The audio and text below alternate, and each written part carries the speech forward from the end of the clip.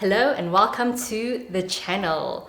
My name is Jess and I'm the interior designer and 3D artist of this channel. We recently received some requests to give a bit more details and background behind the redesigns, so we will be sharing some of that good stuff in this video. The owner of this bathroom had no particular requirements or design direction for this bathroom, so I pretty much had free reign on the design, which is pretty awesome. As you can see, the bathroom is pretty dated and the toilet is so far over to the left, it really is wasting a lot of space, especially for such a small bathroom. This bathroom was actually inspired by this beautiful terrazzo tile, which has flecks of maroon and charcoal running through. I wanted an accent color to give some life to the bathroom, so I went with this stunning sage green, which will be used on the cabinets, and all the walls throughout will be painted an off-white color. To bring some warmth to the bathroom, I chose this French oak timber, which will be coupled with black metal accents and aged iron fittings. And lastly, everyone needs some good old zellige tiles to finish off the look.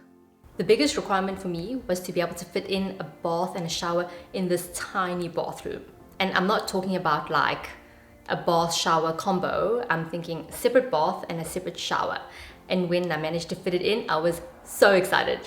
How I managed to do that was to create a shower wet room where the bath is basically in the shower. So the shower becomes a walkway for the bath when the shower isn't being used, and the shower is just the shower when the bath isn't being used. So that whole area becomes like a wet room.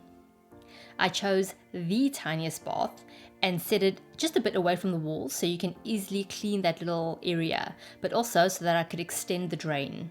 Of course, I moved the toilet over to the right because space bro, and the vanity is opposite the toilet. Because of the design of the shower, I had this dead space, which was too small for the vanity, but too big to be left as like nothing.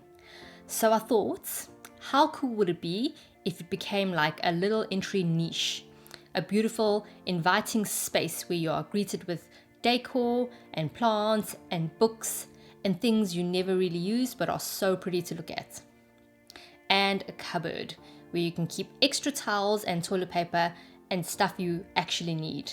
If you managed to make it this far into the video, comment below with I want more, so I know this is the sort of content that you want to watch and the information I'm giving you is not boring you to death. And it is time for the after.